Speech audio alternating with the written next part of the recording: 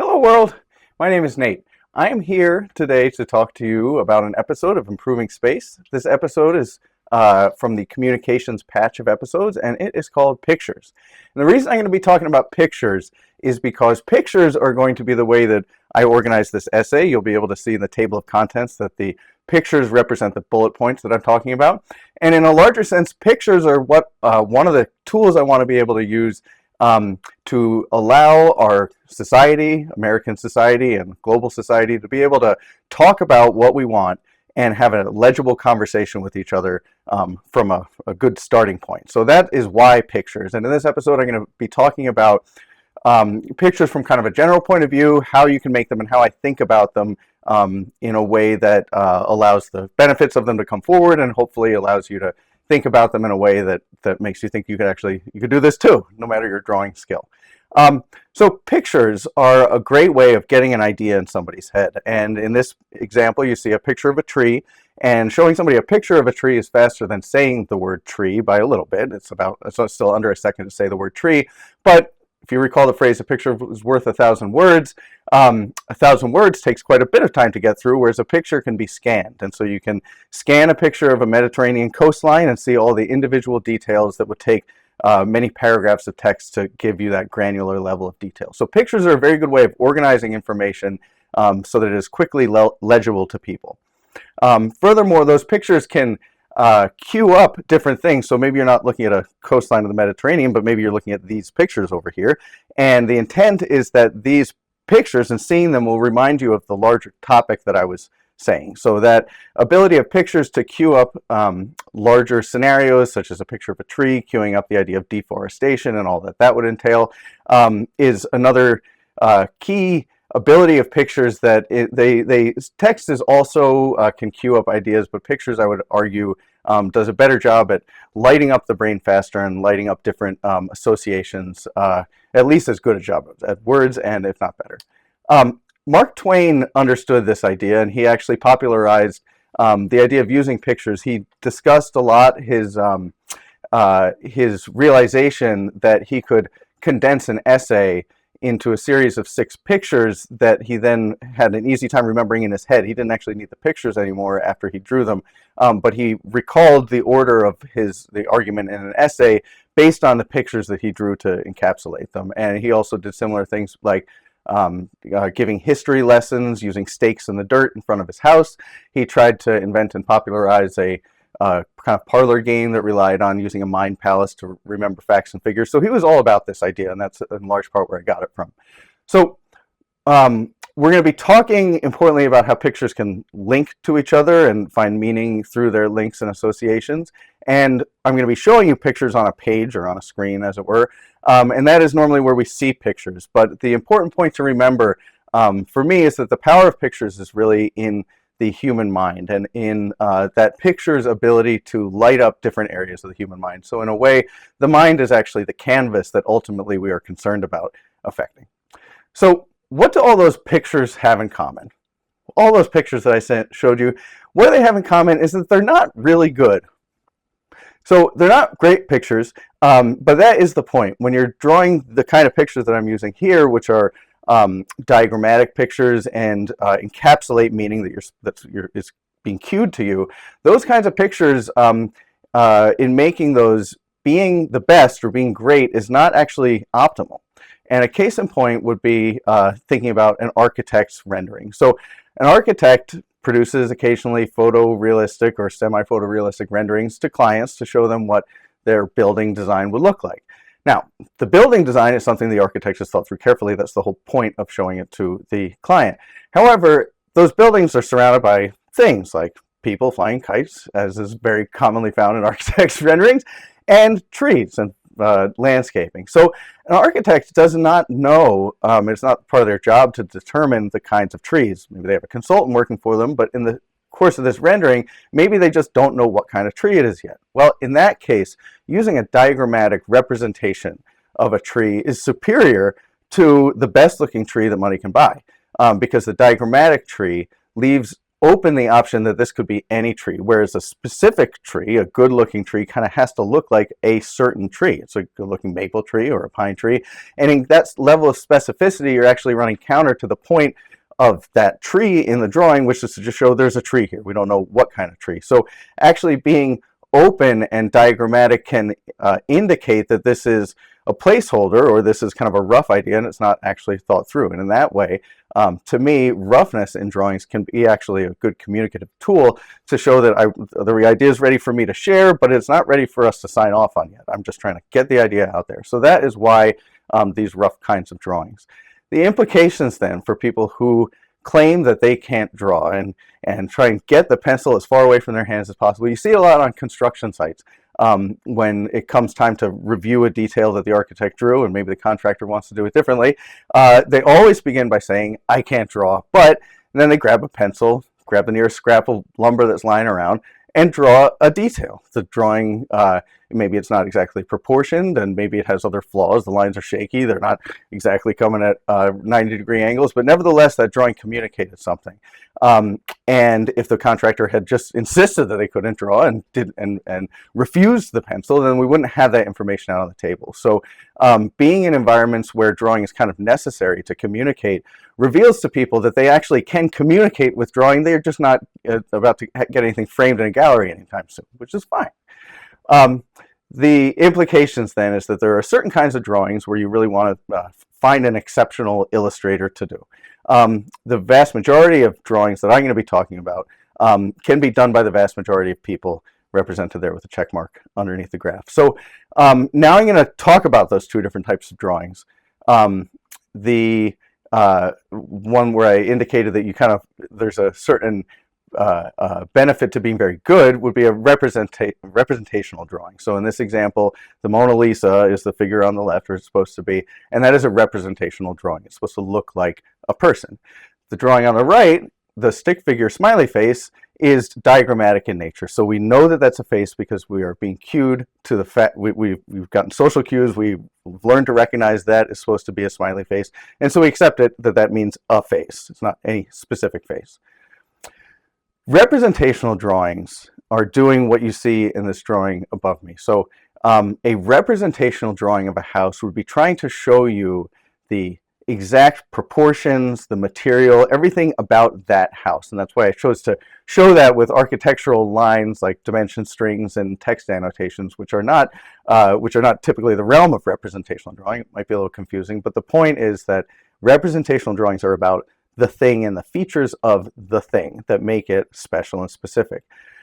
By contrast, a diagrammatic drawing is typically about whether the thing is included in the set or in the field of what is being shown, and that thing's inclusion and the location or distance from other things in that set is really what the important thing that the diagram is supposed to be conveying, or that sketch is supposed to be conveying. So if you have a map of a neighborhood, a key map of a neighborhood, and you see a house in this example, and then a river and then a smokestack, what you're being cued into is the proximity of these three things to each other. You're not actually learning much about the house. You kind of accept the fact that that's a representation of a house. It could be, you get to that house and you could expect it to look like anything. We're just looking at the representation of a house.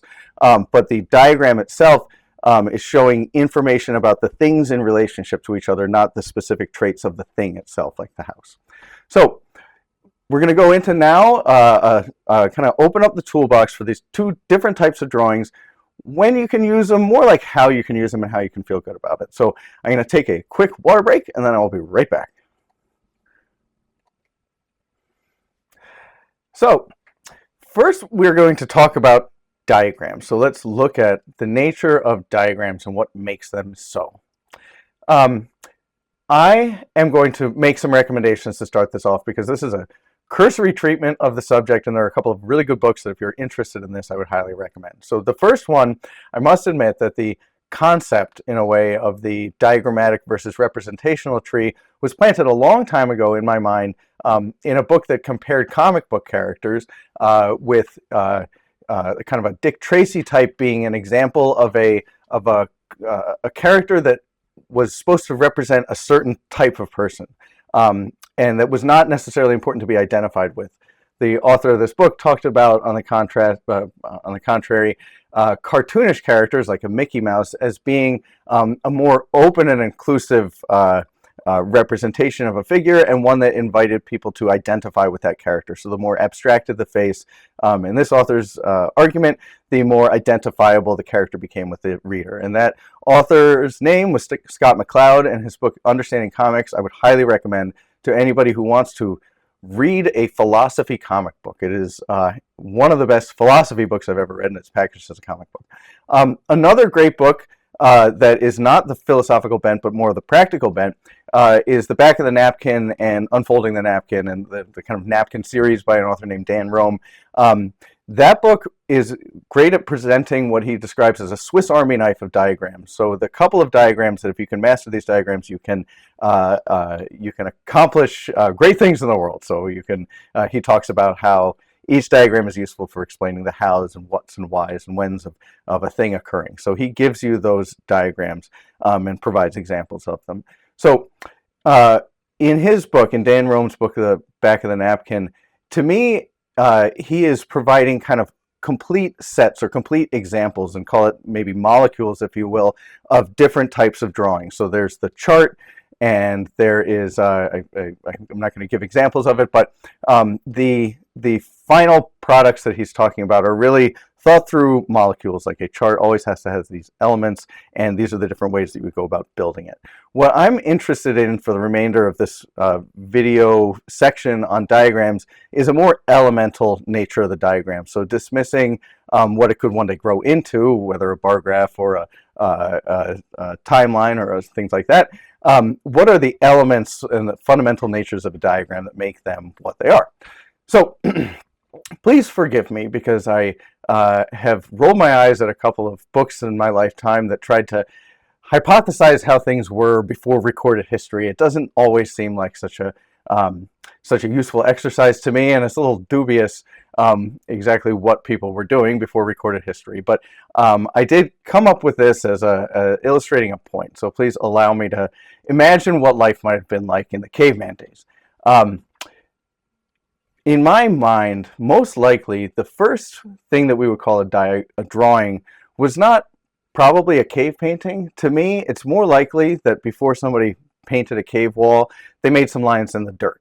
And if you think about what people make lines in the dirt for today, it is oftentimes still, I mean, when I was a kid, we would you would draw things out in the dirt to describe where they were, as in a map. So in my mind, diagramming and drawing are such fundamental parts of human nature that I can easily imagine a discussion among the first cartographers and illustrators of the human species going something along the lines of one person is trying to describe where things are, where a herd is, where cliffs are, where berry patches are, and they start using rocks and things to show where those things are in space on the dirt in front of them. And as soon as you do that, as soon as you start organizing icons, call them rocks, sticks, and things, in a field of dirt, you have established a diagram, and most importantly, you have given meaning to the field, to the dirt that all of those things are on. So once you've established that this dirt right here represents our kind of home, and there's a rock over here represents the mountain, and a stick over here represents the river. Once you've done that, you've given the people around you a field that they can then understand and put things into. That field then asks for the parts of reality that belong in it that anybody can contribute. So the power then of a diagram is really in the field, is in the space.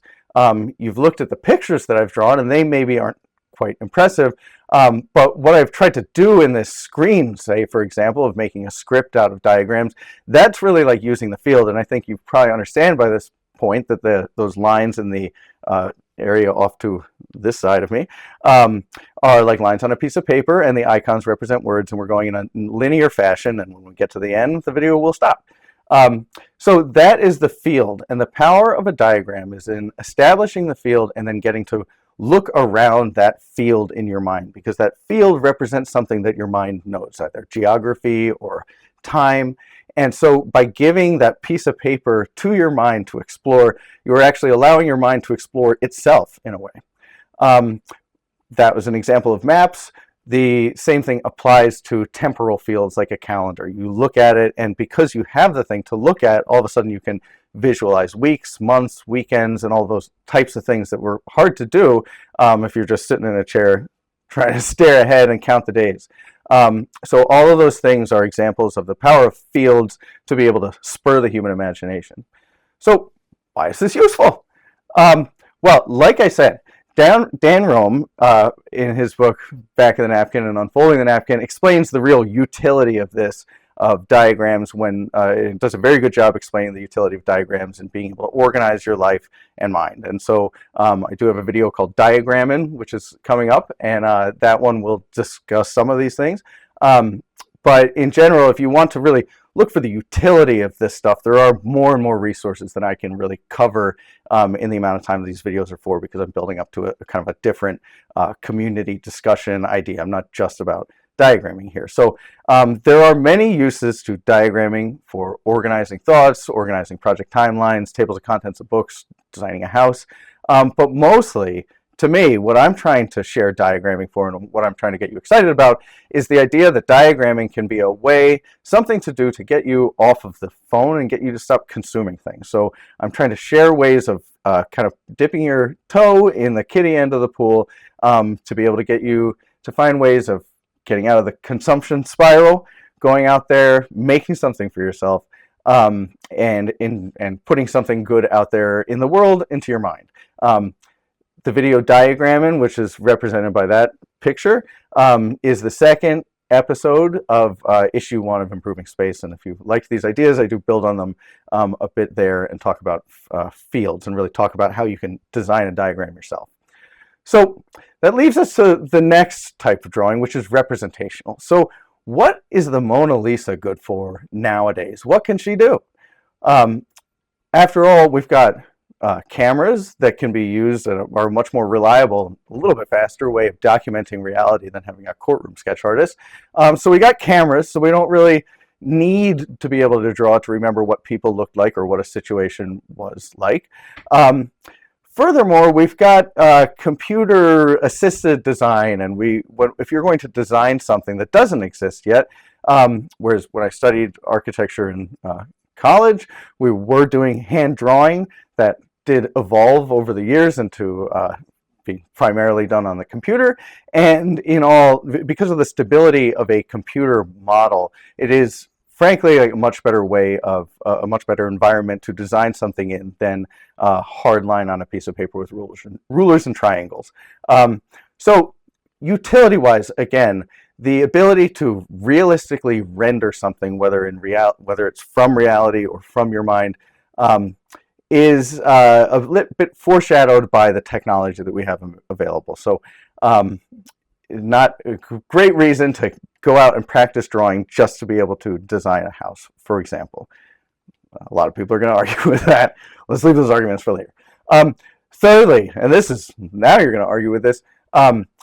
Thirdly, if you wanted to create something fantastical, if there was some utility to you for making a picture, say, of a dragon, or making a picture in general, if there was some reason you just needed that picture, then we're looking at AI coming in hot, being able to take even those jobs away from illustrators. So from a capitalist, utilitarian point of view, do I need to be able to make a drawing to illustrate my children's book, or be able to get graphics for a news program that I want to do?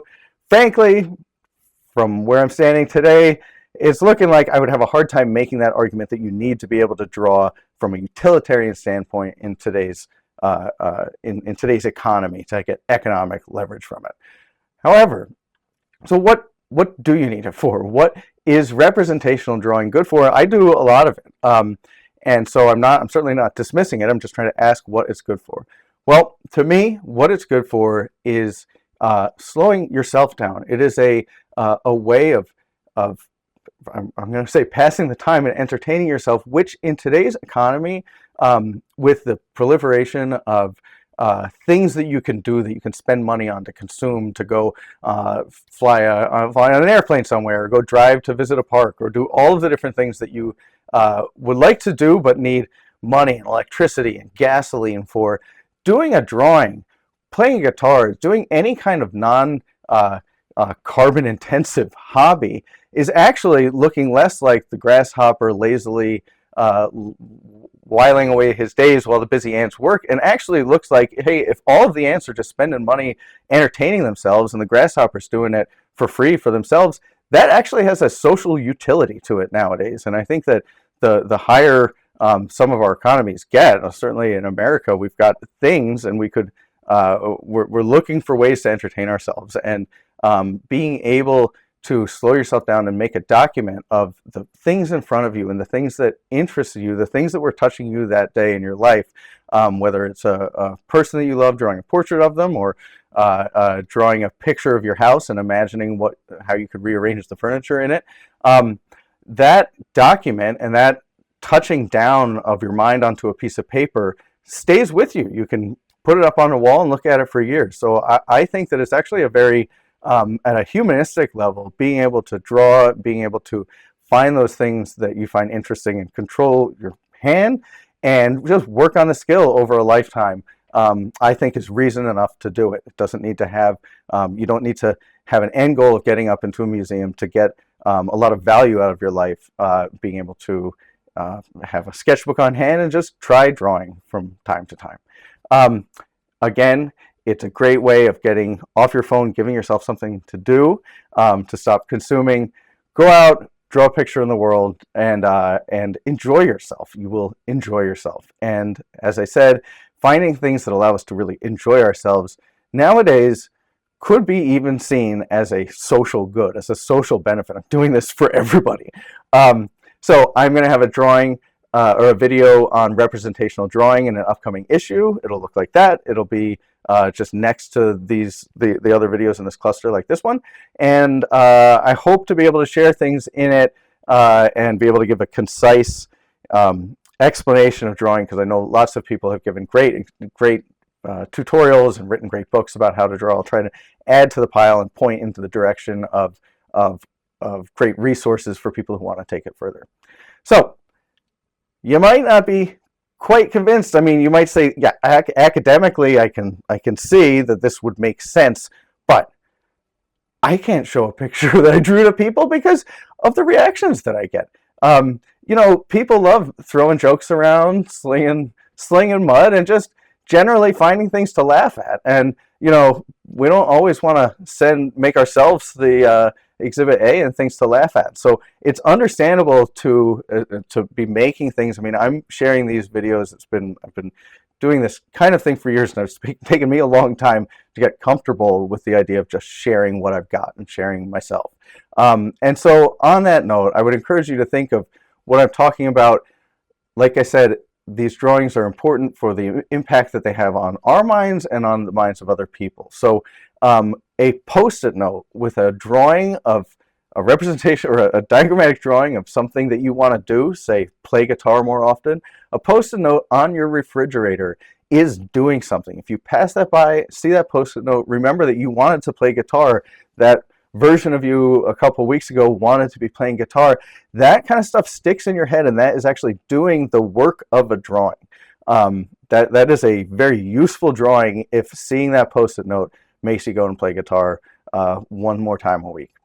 So then we've reached the end of this video. I hope that I've given you some things to think about. I encourage you to check out the video on diagramming, where I talk about and give an example of how to organize a diagram, a conceptual diagram, starting from scratch.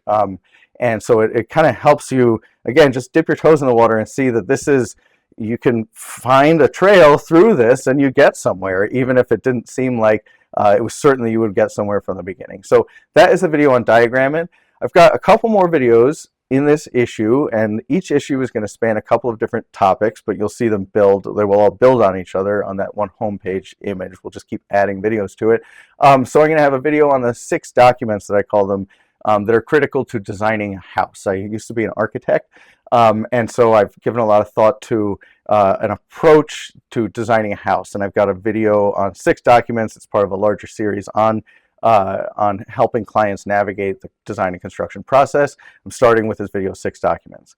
The video after that is going to be, it's called A File Evolves, And in that, I will be talking about using the principles of drawing and diagramming from these first two videos, applying the idea of establishing a field to the 6 documents video, and basically snowballing and trying to think of how we could get a usable file type or a computing environment that would allow us to navigate the design and construction industry easier. And though it is not going to be your typical computing environment, I can at least say that, even if I don't have time to explain it a little bit better. The final video being released in issue 1 is called New Ideas for Old Problems. That is about democracy, specifically public engagement in decision-making processes. And all of these ideas are going to bolster that. So this video is called Pictures. It's really about communicating with pictures. It's really about trying to establish new customs in a way in our society, trying to open our mind up to being able to do things differently and seeing some of the uses of doing that differently. And the video New Ideas for Old Problems dives into how you can actually, how we could conceivably have a discussion as a society, and guide entities like politicians and organizations to doing things that we think are for our social benefit. So this is all building up to the idea of being able to talk better as human beings. And with that, this has been a Dented Pencil production. A quick note, the videos and essays that are kind of complementary to these videos are all typical copyright.